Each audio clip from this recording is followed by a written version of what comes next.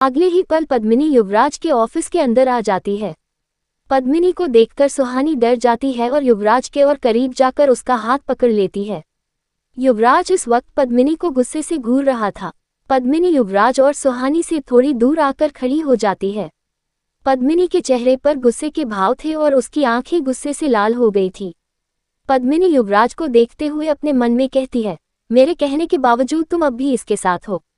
ये कहकर पद्मिनी सुहानी को घूरने लगती है। युवराज का चेहरा और भी कठोर हो जाता है। ऐसा लग रहा था जैसे जो अभी अभी पद्मिनी ने अपने मन में कहा था उसे युवराज ने सुन लिया हो।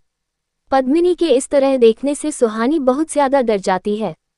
सुहानी को फिर से पद्मिनी का वही बर्ताव याद आ रहा था जो उसने कुछ दिन पहले सुहानी के साथ किया था। पद्मिनी ने सुहानी को युवराज से दूर रहने के लिए कहा था, लेकिन आज फिर से वो युवराज के साथ थी। डर की वजह से सुहानी की पकड़ युवराज के हाथ पर मजबूत होती जा रही थी। युवराज को एहसास होता है कि पद्मिनी के इस तरह घूरने से सुहानी डर रही है। युवराज एक कदम आगे बढ़कर सुहानी के सामने आकर खड़ा हो जाता है। अब सुहानी और पद्मिनी के बीच युवराज था, जैसे वो सुहानी को प्रोटेक्ट कर रहा हो। युवराज के ऐसा करने से पद्मिनी का गुस्सा और भी बढ़ जाता है। वो युवराज की आंखों में देखते हुए अपने मन में कहती है, मुझे मजबूर मत करो। युवराज पर पद्मिनी के एक्शन का कोई असर नहीं हो रहा था। कुछ ही पलों में वहां का मौसम बदलने लगता है। अचानक से वहां तेज हवाएं चलने लगती है, जिससे ऑफिस की खिड़कियां खुल और बंद हो रही थी। ऑफिस की लाइट्स बार बार जल और बुझ रही थी। खिड़की से आ रही तेज हवाओं से पद्मिनी के बाल उड़ रहे थे। उस जलती बुझती लाइट्स में पद्मिनी का खूबसूरत चेहरा भी सुहानी को बहुत डरावना लग रहा था। युवराज को इन सब से कोई फर्क नहीं पड़ रहा था और यही बात पद्मिनी का गुस्सा और बढ़ा रही थी। पद्मिनी की गुस्से से लाल आंखें युवराज के चेहरे से हटकर उसकी कलाई पर जाती है। जैसे ही पद्मिनी की नज़र युवराज की कलाई के निशान पर पड़ती है, युवराज को उस निशान पर जलन होने लगती है। जैसे जैसे पद्मिनी उस निशान को घूर रही थी, युवराज की कलाई की जलन बढ़ती जाती है। ऐसा लग रहा था जैसे पद्मिनी उस निशान के जरिए युवराज को दर्द दे रही हो। अब युवराज को तकलीफ होने लगी थी, लेकिन ये भाव उसके चेहरे तक नहीं आ रहे थे। युवराज की जलन धीरे धीरे उसके पूरे शरीर में फैलने लगती है। पद्मिनी अपनी आंखों से अपना पूरा जोर लगा देती है, लेकिन युवराज बिल्कुल उसी तरह वहां खड़ा रहता है। पद्मिनी युवराज को इस तरह देखकर हैरान रह जाती है। युवराज के पीछे खड़ी सुहानी को पद्मिनी और युवराज की इस लड़ाई के बारे में कुछ भी अंदाजा नहीं था। वो बस खुद को युवराज के पीछे छुपा रही थी। सुहानी ने युवराज का हाथ पकड़ा हुआ था। धीरे धीरे उसका हाथ फिसलकर उसकी कलाई तक आ जाता है। जैसे ही सुहानी का हाथ युवराज की कलाई पर पड़ता है, युवराज का दर्द कम होने लगता है। कुछ ही देर में युवराज को इस बात का एहसास होता है और वो पद्मिनी को छोड़कर सुहानी को देखने लगता है। सुहानी अभी भी घबराई हुई पद्मिनी को देख रही थी। कुछ ही देर में युवराज का सारा दर्द खत्म हो जाता है। युवराज इन सब बहुत हैरान था। उसे समझ नहीं आ रहा था कि सुहानी के छूने से ही उसका सारा दर्द खत्म कैसे हो गया, खासकर वो दर्द जो पद्मिनी उसे दे रही थी। पद्मिनी भी ये देखकर हैरान थी कि उसके इतने जोर लगाने पर भी अब युवराज को कोई फर्क क्यों नहीं पड़ रहा है। वो फौरन गुस्से में वहां से जाने लगती है। वहां से जाते हुए पद्मिनी एक नज़र ऑफिस की खिड़की को देखती है। वहां एक लड़की खड़ी थी। पद्मिनी के देखते ही वो लड़की दीवार के पीछे छुप जाती है। ये वही लड़की थी जिसने अर्नव की जान बचाई थी। वो छुपकर ये सारा सीन देख रही थी। पद्मिनी के उसे देखने के बाद वो लड़की वहां से चली जाती है और अपना मोबाइल निकालकर किसी को कॉल करती है। वो लड़की कहती है, उसकी शक्तियां बढ़ती जा रही है, हमें जल्द ही अपना काम पूरा करना होगा। अपनी बात पूरी करने के बाद वो लड़की अपने आसपास देखती है। ऐसा लग रहा था जैसे वो चेक कर रही हो कि कहीं किसी ने उसकी बात तो नहीं सुनी। अपने आसपास किसी को ना देखकर उस लड़की के चेहरे पर एक डेविल स्माइल आ जाती है और वो वहां से चली जाती है। इधर युवराज के ऑफिस से पद्मिनी जा चुकी थी। सुहानी अभी भी युवराज की कलाई पकड़े हुए दरवाजे को देख रही थी। उसे डर था कि कहीं पद्मिनी फिर से न आ जाए। वहीं युवराज एकटक सुहानी के चेहरे को देख रहा था। सुहानी को देखते हुए वो समझने की कोशिश कर रहा था कि आखिर सुहानी सबसे अलग क्यों है। उसके छूते ही पद्मिनी की शक्तियों ने युवराज को तकलीफ देना क्यों बंद कर दिया। यही सब सोचते हुए युवराज कहीं खो गया था। तभी सुहानी दरवाजे पर ही अपनी नजरें बनाए हुए कहती है, लगता है वो सच में चली गई। सुहानी की आवाज सुनकर युवराज होश में आता है। होश में आते ही युवराज को एहसास होता है कि इस वक्त वो सुहानी के बहुत करीब है। पद्मिनी के डर से सुहानी को इस बात का एहसास नहीं था। युवराज धीरे से अपना हाथ छुड़ाकर कुछ कदम पीछे ले लेता है। युवराज सुहानी से कहता है, मैं तुम्हें हॉस्टल छोड़ दूं। सुहानी कहती है, मुझे विवेक के हॉस्टल जाना है। कुछ देर बाद सेंट थॉमस बॉयज हॉस्टल के बाहर एक बड़ी सी कार रुकती है। उस कार में युवराज और सुहानी बैठे थे। दोनों बिल्कुल खामोश थे। उन्होंने पूरे रास्ते एक दूसरे से बात नहीं की थी। कार के रुकने पर युवराज कहता है, तुम चली जाओगी या? सुहानी युवराज से कहती है, नहीं, मैं चली जाऊंगी। निशा विवेक के साथ अंदर ही है। युवराज कुछ नहीं कहता, वो बस हमें अपना सर हिला देता है। सुहानी युवराज की कार से निकलकर हॉस्टल के अंदर चली जाती है। सुहानी के अंदर जाने के बाद युवराज कार की ड्राइविंग सीट पर बैठे हुए अपनी कलाई के निशान को देखने लगता है। उस निशान को बड़े ध्यान से देखते हुए युवराज कहता है, सुहानी के छूते ही वो दर्द, वो जलन, सब ठीक कैसे हो गया? इधर सुहानी बॉयज हॉस्टल के वार्डन से स्पेशल परमिशन लेकर विवेक के कमरे में आ जाती है। विवेक के कमरे का दरवाजा खुला हुआ था, फिर भी सुहानी नॉक करके कमरे के अंदर जाती है। सुहानी देखती है कि विवेक अपने बेड पर उदास बैठा था। निशा भी उसके साथ ही बैठी थी। उसने विवेक के कंधे पर हाथ रखा हुआ था। विवेक की आंखें अभी भी नम और सूजी हुई थी। ऐसा लग रहा था जैसे वो काफी देर तक रो रहा था। सुहानी भी निशा और विवेक के पास आकर बैठ जाती है। वो विवेक की फिक्र करते हुए कहती है, विवेक, तुम ठीक हो? विवेक अपनी नजरें झुकाए हुए हाँ में सर हिला देता है। सुहानी ने विवेक को कभी इस हालत में नहीं देखा था। वो तो हमेशा हंसता खेलता रहता था, लेकिन आज उसकी जो हालत थी, उसे देखकर सुहानी भी काफी परेशान हो गई थी। सुहानी समझ नहीं पा रही थी कि वो विवेक से क्या कहे। कुछ देर कमरे में खामोशी रहने के बाद विवेक अपने आंसू पोंछते हुए अपने बेड से उठ जाता है। वो गुस्से में कहता है, बस अब बहुत हो गया, हम ऐसे नहीं बैठ सकते। ऐसे ही चलता रहा तो वो मनहूस साया एक एक करके हम सबको मार डालेगा। हमें अब कुछ करना ही होगा। निशा विवेक की बात सुनकर खामोश ही रहती है। सुहानी भी उठकर विवेक की तरफ देखते हुए कहती है, विवेक, मैं समझ सकती हूँ कि तुम अभी कैसा फील कर रहे हो, लेकिन अब हमें उस साए से बचकर रहने की जरूरत है। अब तक वो हमें इसलिए नहीं मार पाया क्योंकि वो कमजोर था, लेकिन इस अमावस्या के बाद से उसकी शक्तियां बढ़ती जा रही है। हमें एक एक कदम सोच समझकर बढ़ाना होगा। सुहानी की बात सुनकर विवेक का गुस्सा और भी बढ़ जाता है। वो सुहानी की तरफ बढ़ते हुए कहता है, तो तुम क्या चाहती हो कि हम बस हाथ पर हाथ रखकर बैठे रहें और अपनी बारी का इंतजार करें कि कब वो साया आए और हमें भी मार दे? सुहानी कोई जवाब नहीं देती। वो समझ रही थी कि विवेक सही कह रहा है। अगर वो लोग उस साए को रोकने की कोशिश ना भी करें तो भी वो साया उन लोगों को मार ही देगा। विवेक थोड़ा शांत होकर उन दोनों से कहता है, मैं तुम दोनों को फोर्स नहीं करूंगा।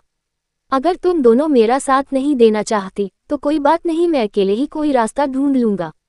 विवेक के ऐसा कहते ही निशा भी उठ जाती है और विवेक के पास जाकर कहती है, विवेक, ये तुम क्या कह रहे हो? चाहे कुछ भी हो जाए हम दोनों तुम्हारे साथ हैं। सुहानी भी विवेक से कहती है, हाँ विवेक, निशा ठीक कह रही है, हम दोनों तुम्हारे साथ हैं। मैं बस ये कह रही हूँ कि अब हमें बहुत अलर्ट रहने की जरूरत है। तुम बस थोड़ा शांत रहो, कहीं जल्दबाजी में हम कोई गलती ना कर बैठे। विवेक गुस्से में कहता है, और कितना शांत रहूं? उस साए ने मुझसे मेरा सब कुछ छीन लिया है और अब वो मुझसे जुड़े लोगों को भी मार रहा है। तुम ही बताओ मैं कैसे शांत रहूं? सुहानी को विवेक की बात समझ नहीं आती। वो कंफ्यूज होकर विवेक को देखते हुए कहती है, सब कुछ छीन लिया मतलब? सुहानी के ऐसा कहते ही विवेक सुहानी से अपनी नजरें फेर लेता है। वो कुछ कदम चलकर खिड़की के पास चला जाता है और हॉस्टल से बाहर की तरफ देखने लगता है। सुहानी को विवेक का बर्ताव कुछ समझ नहीं आता। वो अपनी नज़र विवेक से हटाकर निशा की तरफ ले जाती है और निशा को सवालिया नज़रों से देखने लगती है। निशा उदास होकर कहती है, कुछ साल पहले उस साए ने विवेक के मॉम डैड को एक साथ मार दिया था। जैसे ही सुहानी ये बात सुनती है वो शॉक रह जाती है। निशा को देखते हुए उसकी आंखें और मुंह दोनों ही खुली रह जाती है। सुहानी के मन में अब 1000 नए सवाल आ गए थे, लेकिन उन्हें पूछने के लिए सुहानी के पास शब्द नहीं थे। सुहानी खामोशी से विवेक के बेड पर बैठ जाती है। विवेक अभी भी खिड़की के पास खड़े होकर बाहर की तरफ देख रहा था। शायद वो निशा और सुहानी से अपने आंसू छुपाना चाहता था। काफी देर तक कमरे में कोई एक शब्द भी नहीं बोलता। सुहानी के दिमाग में इस वक्त यही चल रहा था कि उस साय ने कब और कैसे विवेक के पेरेंट्स को मारा, लेकिन उसे ये वक्त इन सवालों के लिए सही नहीं लगता। कुछ देर बाद सुहानी कहती है, ठीक है, हम फिर से शुरुआत करेंगे। सुहानी के ऐसा कहने पर विवेक सुहानी की तरफ देखने लगता है। वो चलकर सुहानी के पास आता है और चेयर पर बैठ जाता है। निशा एक गहरी सांस लेकर कहती है, शुरू करेंगे, लेकिन कहाँ से? विवेक फौरन कहता है, पद्मिनी सिंघानिया, हमें उसी पर शक है ना? सुहानी कहती है, नहीं विवेक, हमें पद्मिनी पर सिर्फ शक है। हाँ, हमने उसे कुछ अजीब चीजें करते हुए देखा जरूर है, लेकिन उस बेस पर हम ये क्लेम नहीं कर सकते कि वही वो साया है। विवेक कहता है, तो फिर हमें क्या करना चाहिए? सुहानी जवाब देती है, हमें 2 काम करने होंगे। निशा मुंह बनाकर कहती है, कौन से 2 काम? सुहानी सीरियस होकर कहती है, पहला काम ये कि हमें उस साए के बारे में पता करना होगा। अगर हमें उस साए को खत्म करना है तो सबसे पहले हमें उसके बारे में एक एक बात पता होनी चाहिए। उसके बिना हम उसके सामने 1 सेकंड भी टिक नहीं पाएंगे। हमें पता करना होगा कि वो किसकी आत्मा है, उसकी मौत कब और कैसे हुई, उसे किसने जागृत किया और मोस्ट इम्पोर्टेंट उसे क्यों जागृत किया गया। विवेक झुंझलाहट के साथ कहता है, सुहानी, ये पता करना इम्पॉसिबल है। तुमने सुना नहीं है क्या, वो आत्मा 200 साल पुरानी है। उसके बारे में जो कोई भी जानता था वो अब तक मर चुका होगा। हम कैसे उसके बारे में पता करेंगे? निशा तुरंत जवाब देती है, हम कर सकते हैं। सुहानी और विवेक सवालिया नजरों से निशा को देखने लगते हैं। निशा आगे कहती है, ओके सुनो, आज तक शिमला पर कितने सारे राइटर्स ने बुक लिखा है, तो तुम्हें नहीं लगता कि किसी न किसी ने उस विशिंग वेल पर किताब जरूर लिखी होगी? हम वहां से शुरू कर सकते हैं। सुहानी और विवेक को निशा की बात बिल्कुल ठीक लगती है। विवेक निशा से सहमत होकर कहता है, एग्जैक्टली, और विशिंग वेल तो पूरे इंडिया में फेमस है। मैंने सुना है इस पर काफी रिसर्च भी हुए हैं। हम ऐसा कर सकते हैं। सुहानी आगे कहती है, इसके साथ ही हमें यहाँ के लोगों से भी बात करनी होगी। जैसे उस गांव में बाबा को विशिंग वेल के बारे में पता था, वैसे यहाँ भी ऐसे कुछ लोग जरूर होंगे जो काफी कुछ जानते होंगे। विवेक सुहानी से कहता है, सुहानी, और दूसरा काम क्या है? सुहानी कहती है, वही हमारा पुराना टास्क, पद्मिनी अभी भी हमारे शक के घेरे में है। हमें उसके बारे में इंफॉर्मेशन निकालनी होगी। सुहानी की बात खत्म होते ही निशा कहती है, यार ट्रस्ट मी, हमने इसके लिए पहले भी बहुत कोशिश की है। पद्मिनी सिंघानिया के बारे में सब सुनी सुनाई बातें हैं। कोई भी नहीं जानता कि 2007 से पहले पद्मिनी कहाँ थी। सच में कोई पद्मिनी है भी या नहीं? विवेक भी निशा का साथ देते हुए कहता है, हाँ सुहानी, निशा सच कह रही है। हमने अपने लेवल पर पूरी कोशिश की है, लेकिन उस पद्मिनी की हिस्ट्री पता नहीं कर पाए। सुहानी कुछ सोचते हुए कहती है, सिर्फ एक ही इंसान है जो पद्मिनी के बारे में हमें सही इन्फॉर्मेशन दे सकता है। निशा तुरंत कहती है, कौन? युवराज सर। सुहानी नामे सर हिलाते हुए कहती है, नहीं निशा, युवराज सर पद्मिनी के मामले में हमारी मदद नहीं करेंगे। निशा और विवेक सुहानी की तरफ देखते हुए एक साथ कहते हैं, तो कौन हमारी मदद कर सकता है? सुहानी एक गहरी सांस लेकर कहती है, ASP Arnav Singh. Life care hospital Shimla का सबसे बड़ा हॉस्पिटल है। ये हॉस्पिटल युवराज दीवान का ही है। युवराज इस वक्त लाइफ केयर हॉस्पिटल के साइकेट्रिस्ट डॉक्टर संदीप जोशी के साथ बैठा था। उन दोनों को देखकर ऐसा लग रहा था जैसे वो दोनों किसी बहुत ही सीरियस मैटर पर डिस्कस कर रहे हैं। युवराज डॉक्टर से सुहानी की मेंटल कंडीशन को डिस्कस कर रहा था। वो जानना चाहता था कि क्या कभी सुहानी की याददाश्त वापस आ सकती है। डॉक्टर संदीप एक गहरी सांस लेकर कहते हैं, मी दीवान, आपने जो केस बताया है वो मैं समझ रहा हूँ। मेमोरी लॉस के केस में कभी भी कुछ कहा नहीं जा सकता। कभी कभी पेशेंट की मेमोरी कुछ घंटों में ही वापस आ जाती है, तो कभी सारी जिंदगी वापस नहीं आती। आपने जिस पेशेंट के बारे में मुझे बताया है उसकी मेमोरी 7 साल की उम्र में एक एक्सीडेंट से चली गई थी, लेकिन जो कंडीशन आपने उसकी बताई है उस हिसाब से उसे अब तक कुछ तो याद आ जाना चाहिए था। कुछ सोचते हुए डॉक्टर आगे कहता है, मी दीवान, मैं आपको सजेस्ट करूंगा कि आप पेशेंट को एक बार हॉस्पिटल चेकअप के लिए ले आइए, इसके बाद ही मैं कुछ कंफर्म बता पाऊंगा। युवराज डॉक्टर की बात ध्यान से सुन रहा था। कुछ देर शांत रहने के बाद युवराज अपने पॉकेट से अपना मोबाइल निकालता है। वो अब अपने फोन में कुछ चेक कर रहा था। कुछ देर बाद युवराज मोबाइल स्क्रीन डॉक्टर की तरफ करते हुए कहता है, डॉक्टर, क्या ये मेडिसिन पेशेंट के लिए ठीक है? डॉक्टर युवराज के हाथ से मोबाइल लेकर सुहानी के मेडिसिन को ध्यान से देखने लगते हैं। उनके चेहरे को देखकर ऐसा लग रहा था जैसे उन्हें किसी बात से हैरानी हो रही थी। वो हैरानी से युवराज को देखते हुए कहते हैं, दीवान, क्या पेशेंट पिछले कई सालों से ये मेडिसिन ले रहा है? डॉक्टर का एक्सप्रेशन देखते ही युवराज समझ जाता है कि सुहानी के मेडिसिन के साथ कुछ तो गड़बड़ है। वो डॉक्टर से कहता है, हाँ, वो पिछले 11 सालों से यही मेडिसिन ले रही है। डॉक्टर कहते हैं, दीवान, ये मेडिसिन उन पेशेंट को दी जाती है जो मेंटल हेल्थ इशू से डील कर रहे हैं। ये दवाई पेशेंट के दिमाग को शांत कर देती है। ये मेमोरी लॉस के पेशेंट को दी जाने वाली मेडिसिन नहीं है। युवराज थोड़ी सख्ती से कहता है, डॉक्टर, मुझे बस एक लाइन में जवाब चाहिए। अगर कोई पेशेंट को ये मेडिसिन सालों से खिला रहा है तो इसका क्या मतलब है? डॉक्टर तुरंत जवाब देते हैं, इसका मतलब साफ है, वो इंसान नहीं चाहता कि पेशेंट की याददाश्त वापस आए। जब तक पेशेंट ये दवा खाता रहेगा उसकी याददाश्त वापस नहीं आएगी। डॉक्टर का जवाब सुनकर युवराज सोच में पड़ जाता है कि सुहानी को उसके पापा पिछले 11 सालों ये मेडिसिन क्यों दे रहे हैं। आखिर वो क्यों नहीं चाहते कि सुहानी की याददाश्त वापस आए। युवराज ये सोच ही रहा था, तभी डॉक्टर आगे कहते हैं, एक और बात, ये मेडिसिन एक नॉर्मल इंसान के लिए सेफ नहीं है। इसे ज्यादा लेने के इंसान को मेंटल इश्यू हो सकते हैं।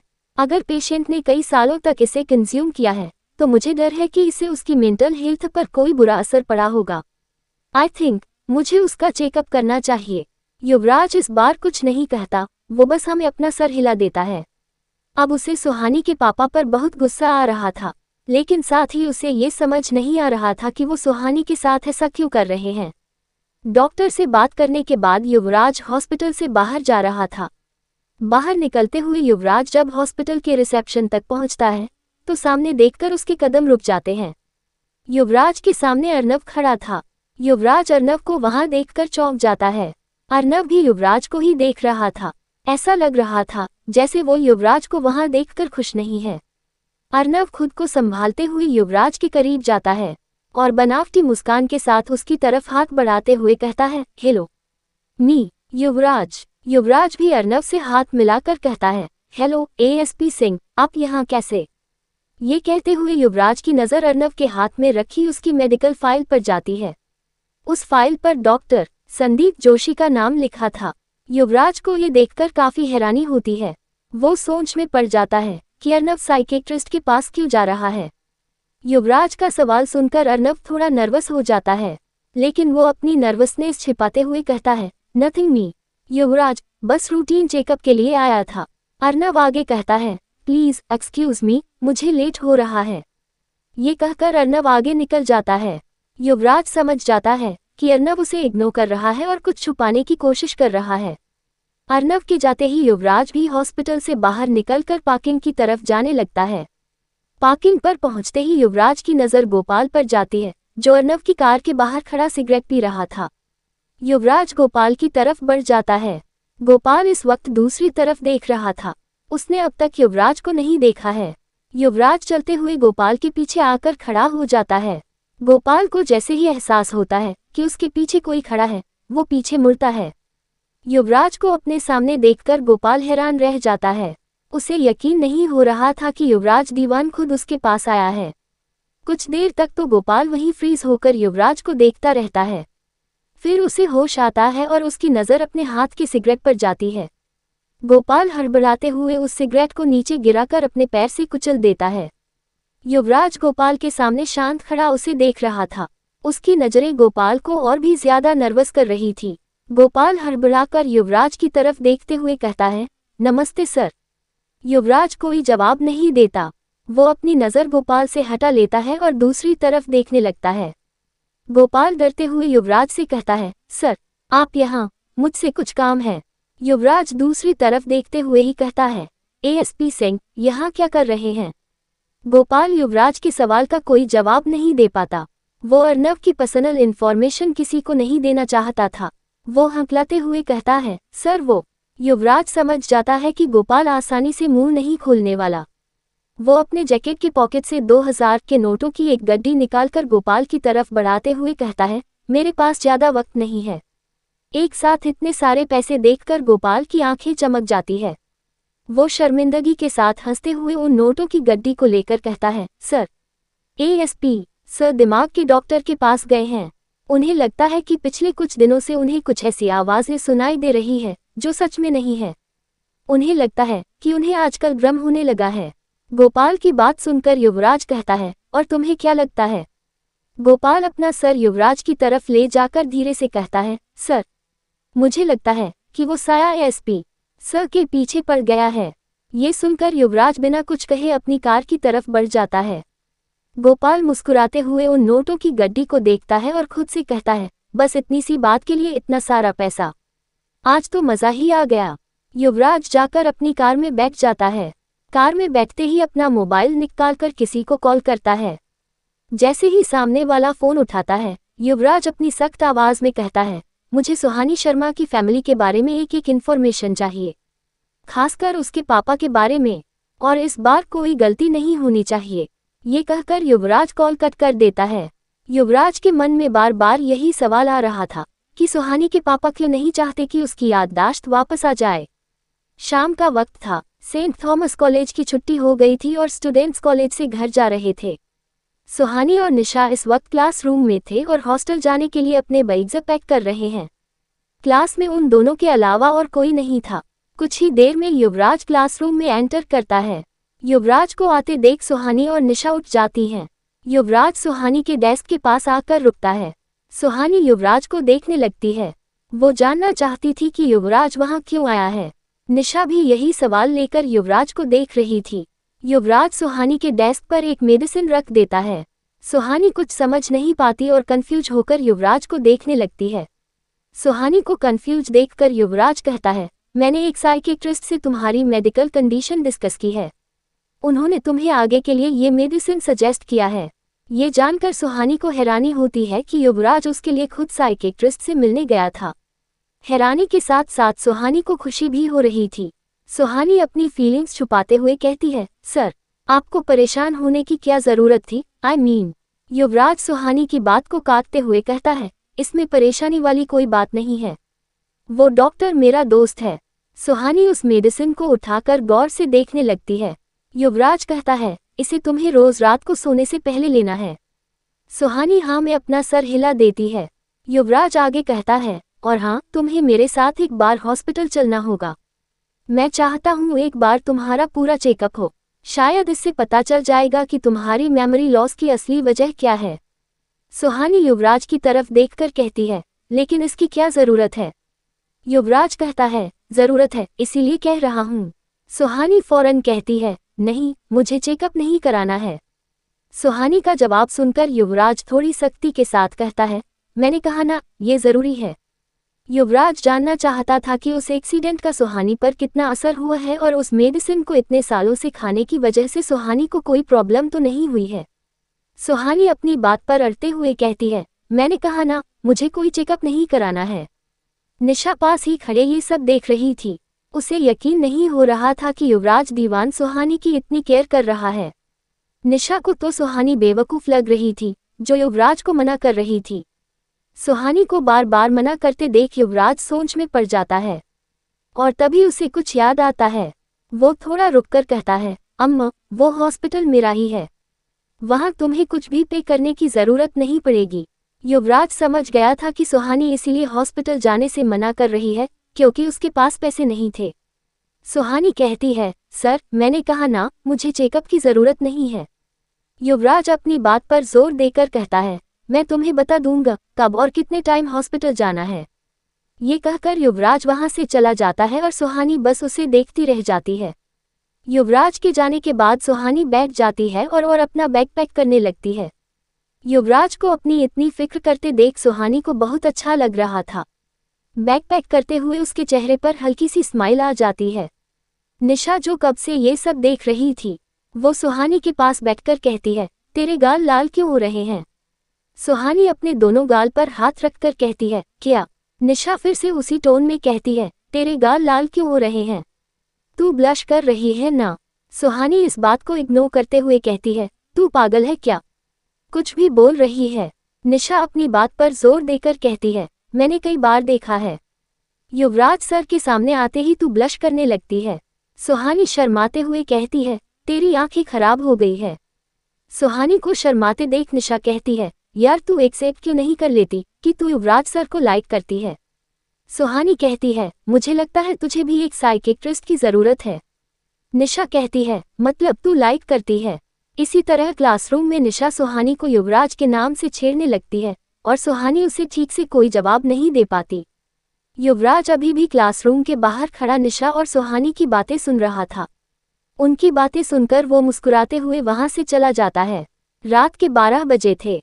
हमेशा की तरह पूरा शहर नींद के आगोश में समाया हुआ था। युवराज सुनसान रास्ते पर अकेला ही चल रहा था। उस सुनसान रास्ते में चलते हुए उसके दिमाग में केवल एक ही बात चल रही थी कि उसके पास सिर्फ 6 महीने बचे हैं। अगर वो इन 6 महीनों में खुद को बचाने के लिए कुछ नहीं कर पाया तो वो साया हमेशा हमेशा के लिए उसे अपने साथ ले जाएगा। सालों पहले ही युवराज के जीने की चाहत खत्म हो गई थी। उसने खुद ही कई बार अपनी जान लेने की कोशिश की थी, लेकिन उस साये ने कभी युवराज को मरने नहीं दिया। अब तक युवराज बस उस वक्त का इंतजार कर रहा था जब वो साया खुद उसे मार दे। लेकिन पिछले कुछ महीनों से सब कुछ बदल गया था। युवराज अब जीना चाहता था और उसकी इस चाहत की वजह सुहानी थी। युवराज ये देखकर हैरान रह जाता था कि सुहानी उसे बचाने के लिए उस साये से भिड़ने के लिए भी तैयार है। सुहानी की इसी हिम्मत से अब युवराज भी उस साये से टक्कर लेने लगा था और अब तो उसे पता चल गया था कि जो लड़की उसे बचा सकती है वो जिंदा है और वो सुहानी ही है। लेकिन वो ये सोचकर मायूस भी था कि सुहानी की याददाश्त जा चुकी है। युवराज को अब फिर से सुहानी से मिलने का मन कर रहा था। वो अपनी घड़ी को देखता है, काफी देर हो चुकी थी। ये देखकर युवराज खुद से कहता है, नहीं, इस वक्त नहीं। लेकिन युवराज का मन नहीं मानता और उसके कदम अपने आप सुहानी के हॉस्टल की तरफ बढ़ जाते हैं। कुछ कदम चलने के बाद युवराज खुद को रोक लेता है। वो खुद से कहता है, ये मुझे क्या हो रहा है? मैं क्यों हर बार सुहानी की तरफ खींचा चला जाता हूँ और क्यों मैं अभी भी खुद को उसके पास जाने से रोक नहीं पा रहा हूँ? यही सब सोचते हुए युवराज को पता भी नहीं चलता कि कब वो सुहानी के हॉस्टल पहुंच जाता है। वहां पहुंचकर जब युवराज की नज़र सुहानी के कमरे की खिड़की पर जाती है तो युवराज की आंखें और गहरी हो जाती है। वो देखता है कि एक आदमी साल ओढ़े हुए सुहानी के कमरे की खिड़की के बाहर खड़ा है और एकटक कमरे के अंदर देख रहा है।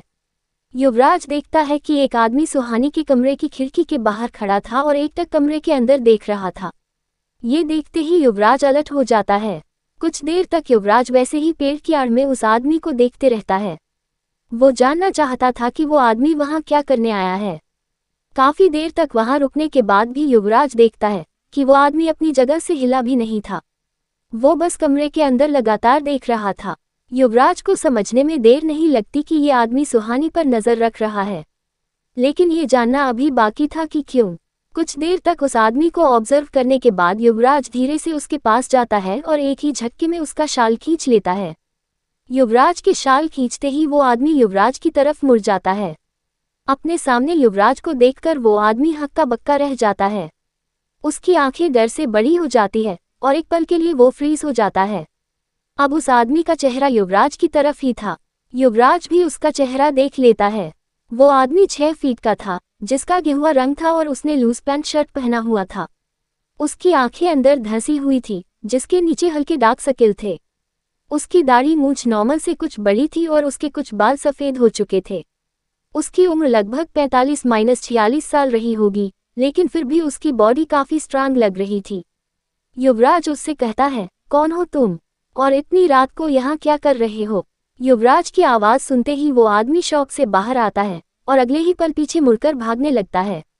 उस आदमी को भागते देख युवराज भी उसके पीछे जाता है। युवराज एक सेकंड के लिए रुककर खिड़की से सुहानी के कमरे में देखता है।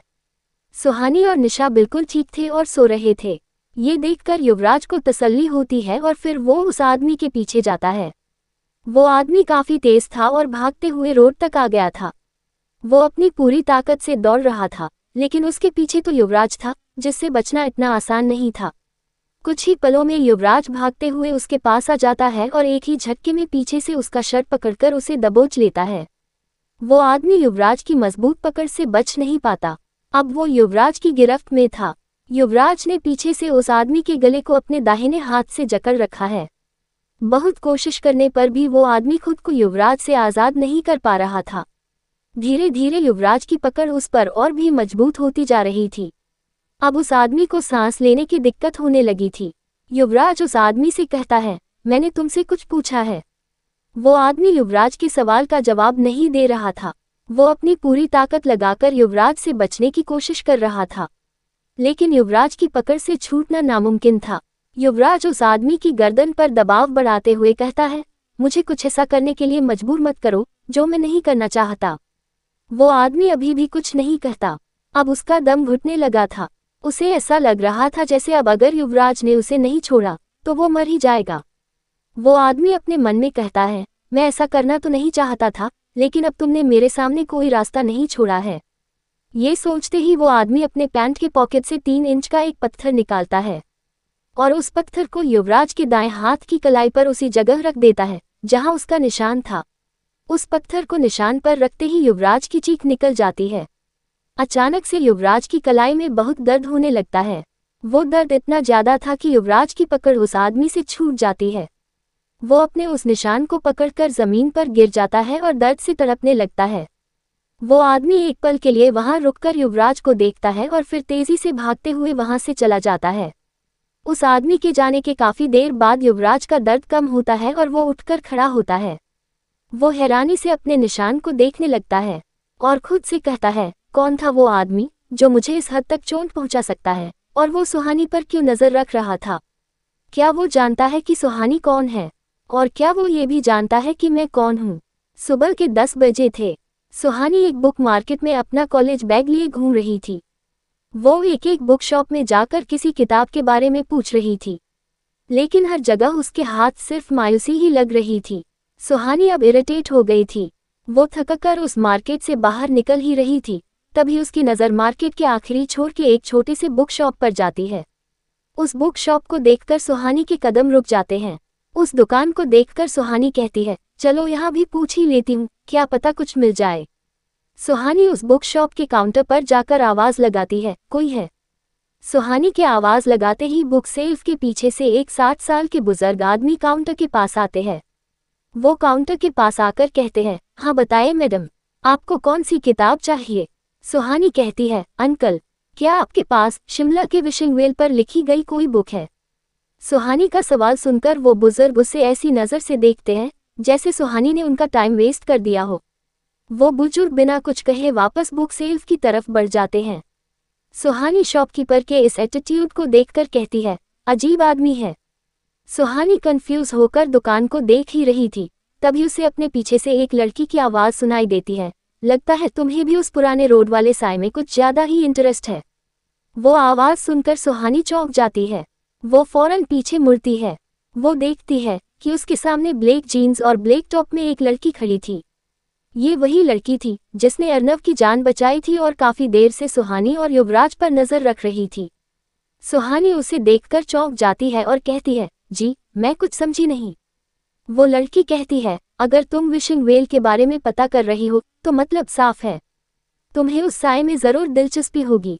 सुहानी फेक स्माइल के साथ उस लड़की से कहती है, ऐसा कुछ भी नहीं है, मुझे बस हॉन्टेड प्लेस के बारे में जानना अच्छा लगता है, इसीलिए मैं वो किताब ढूंढ रही थी।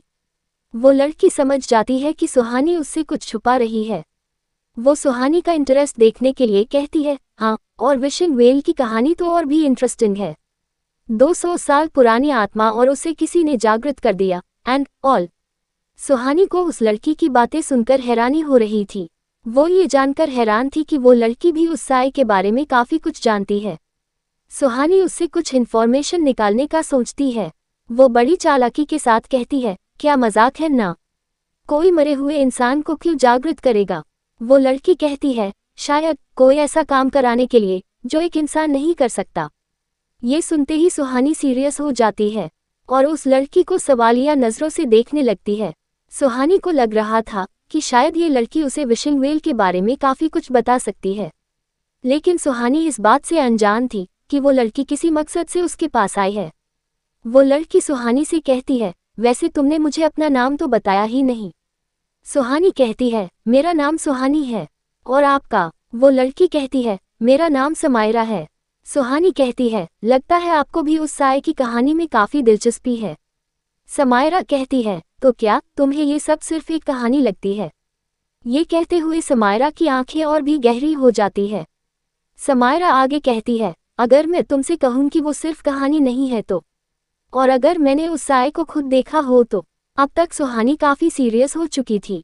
उसे समझ आ गया था कि समायरा उसे उसके सवालों के जवाब दे सकती है। सुहानी कहती है, क्या आप मुझे उसके बारे में कुछ बता सकती है? समायरा पूरे कॉन्फिडेंस से कहती है, मुझे लगा था अब तक तुम समझ गई होगी। ये कहते ही समायरा बिल्कुल खामोश हो जाती है। ऐसा लग रहा था जैसे वो कुछ महसूस करने की कोशिश कर रही हो। सुहानी को समायरा का ऐसे अचानक खामोश हो जाना कुछ अजीब लगता है। सुहानी समायरा के आगे अपना हाथ हिलाते हुए कहती है, समायरा। समायरा धीमी आवाज में खुद से कहती है, वो आ रहा है। सुहानी ठीक से कुछ सुन नहीं पाती। वो कंफ्यूज होकर कहती है, कुछ कहा आपने? समायरा एक नज़र सुहानी को देखती है और बड़ी तेजी से वहां से चली जाती है। सुहानी को समायरा का बर्ताव समझ नहीं आता। वो खुद से कहती है, अजीब लड़की है, अभी अभी तो इतने अच्छे से बात कर रही थी, फिर भाग क्यों गई? सुहानी समायरा से ध्यान हटाकर अपने आसपास और बुक शॉप ढूंढने लगती है। समायरा के जाने के कुछ ही सेकंड बाद युवराज वहां पहुंच जाता है। युवराज अपने आसपास बड़े गौर से देख रहा था। उसे देखकर साफ समझ आ रहा था कि वो किसी को ढूंढ रहा है। कुछ देर बाद युवराज वहीं खड़े होकर अपनी आंखें बंद लेता है और कुछ महसूस करने की कोशिश करता है। अगले ही पल वो अपनी आंखें फिर से खोल लेता है और अपने मन में कहता है, लगता है वो चली गई। बुक शॉप ढूंढते हुए सुहानी की नज़र युवराज पर जाती है। युवराज भी सुहानी को देखता है, लेकिन कुछ रिएक्ट नहीं करता। उसका ध्यान इस वक्त कहीं और ही था। युवराज को वहां देखकर सुहानी उसके पास जाती है। वो युवराज से कहती है, युवराज सर, आप यहाँ क्या कर रहे हैं? युवराज इधर उधर देखते हुए सुहानी से कहता है, तुम यहाँ क्या कर रही हो? युवराज का ध्यान इस वक्त सुहानी पर बिल्कुल भी नहीं था। वो अब भी किसी को ढूंढ रहा था। युवराज का सवाल सुन सुहानी थोड़ा नर्वस हो जाती है। वो कहती है, सर वो मैं कुछ बुक्स। युवराज सुहानी की बात पर ध्यान दिए बिना कहता है, चलो मैं कॉलेज जा रहा हूँ, तुम्हें ड्रॉप कर दूंगा। ये कहकर युवराज तेजी से वहां से जाने लगता है। सुहानी वहीं खड़े युवराज को देखती रह जाती है। आज उसे युवराज कुछ अलग लग रहा था। कुछ कदम चलने के बाद जब युवराज सुहानी को अपने साथ नहीं देखता तो पीछे मुड़ता है। सुहानी वहीं खड़े कुछ सोच रही थी। ये देखकर युवराज कहता है, तुम आ रही हो या आज यही रुकना है? सुहानी भागते हुए युवराज के पास आ जाती है। फिर वो दोनों कार की तरफ बढ़ जाते हैं। युवराज और सुहानी दोनों कार में बैठे थे। हमेशा की तरह युवराज खामोशी से ड्राइव कर रहा था। ऐसा लग रहा था जैसे वो किसी गहरी सोच में डूबा हुआ है। सुहानी युवराज को देखते हुए कुछ बोलने के लिए अपना मुंह खोलती है। जैसे ही सुहानी अपना मुंह खोलती है, उसे इस समय युवराज को डिस्टर्ब करना ठीक नहीं लगता और वो कुछ नहीं कहती। कुछ सेकंड बाद सुहानी फिर से कुछ कहने के लिए अपना मुंह खोलती है और फिर से शांत हो जाती है। सुहानी जब तीसरी बार कुछ बोलने के लिए अपना मुंह खोलती है तो युवराज सामने देखते हुए कहता है, तुम मुझे इरिटेट कर रही हो, जो कहना है जल्दी कहो। सुहानी अपनी हरकत पर शर्मिंदा हो जाती है। वो दूसरी तरफ देखकर अपने सर को धीरे से मारती है। सुहानी फिर से युवराज की तरफ देखती है और थोड़ा झिझकते हुए कहती है, युवराज सर, मुझे आपसे कुछ पूछना है। युवराज कहता है, जानता हूँ। सुहानी कहती है, युवराज सर, क्या आपने कभी खुद को उस श्राप से मुक्त करने की कोशिश नहीं की? सुहानी का सवाल सुनते ही युवराज का ध्यान पूरी तरह से सुहानी पर आ जाता है और उसके चेहरे का एक्सप्रेशन बदलने लगता है। उसके चेहरे की सीरियसनेस अब एक तरह के रिग्रेट में बदल जाती है। ऐसा लग रहा था जैसे सुहानी ने युवराज के किसी पुराने जख्म को कुरेद दिया हो। सुहानी युवराज के चेहरे को पढ़ लेती है। वो समझ जाती है कि उसने युवराज से कुछ गलत सवाल पूछ लिया है। वो फौरन कहती है, अगर आप नहीं बताना चाहते तो कोई बात नहीं। युवराज रोड की तरफ देखते हुए कहता है, हाँ, मैंने कोशिश की थी। सुहानी उत्सुकता से पूछती है, तो फिर क्या हुआ था? युवराज एक गहरी सांस लेता है और खुद को मजबूत करके कहता है, जब पहली बार कोशिश की थी तो मेरी मॉम पूरी लाइफ के लिए पैरालाइज्ड हो गई और मेरी केयरटेकर ने अपने बच्चे को खो दिया। युवराज का जवाब सुनकर सुहानी सकते में आ जाती है। उसे बिल्कुल भी अंदाजा नहीं था कि युवराज ने उस साए से टक्कर लेकर क्या खोया था। सुहानी हिम्मत करके आगे कहती है, सर, ऐसा क्या हुआ था कि आपकी मॉम पैरालाइज्ड हो गई और आपकी केयरटेकर का बच्चा? सुहानी आगे कुछ कह नहीं पाती। युवराज सुहानी के सवाल का कोई जवाब नहीं देता, वो बस अपनी नजरें सामने किए हुए ड्राइव कर रहा था। शायद वो एक और शब्द कहता तो अपने इमोशंस को रोक नहीं पाता। युवराज कभी भी खुद को किसी के सामने अपनी फीलिंग्स एक्सप्रेस नहीं करता था, इसलिए वो आज भी शांत था। युवराज के जवाब नहीं देने पर सुहानी उससे अगला सवाल करती है, युवराज सर, जब आपने दूसरी बार कोशिश की थी तब क्या हुआ था? सुहानी के सवाल करते ही युवराज गाड़ी का ब्रेक लगा देता है। कार स्पीड में थी, अचानक से ब्रेक लगने से कार एक झटके में रुक जाती है। सुहानी ने सीट बेल्ट लगाया था, इसलिए उसका सर सामने टकराने से बच जाता है। सुहानी हैरान होकर युवराज को देखती है। युवराज बिना किसी एक्सप्रेशन के कहता है, कॉलेज आ गया है। सुहानी युवराज का इशारा समझ जाती है और बिना कुछ कहे कार से बाहर निकल जाती है। सुहानी की कार से निकलते ही युवराज तेजी से कार घुमाकर धूल उड़ाते हुए वहां से चला जाता है। युवराज के जाने के बाद भी सुहानी हैरानी से कॉलेज गेट की तरफ ही देखती रह जाती है। उस गेट की तरफ देखते हुए सुहानी कहती है, ऐसा क्या हुआ था उस दिन की युवराज सर की मॉम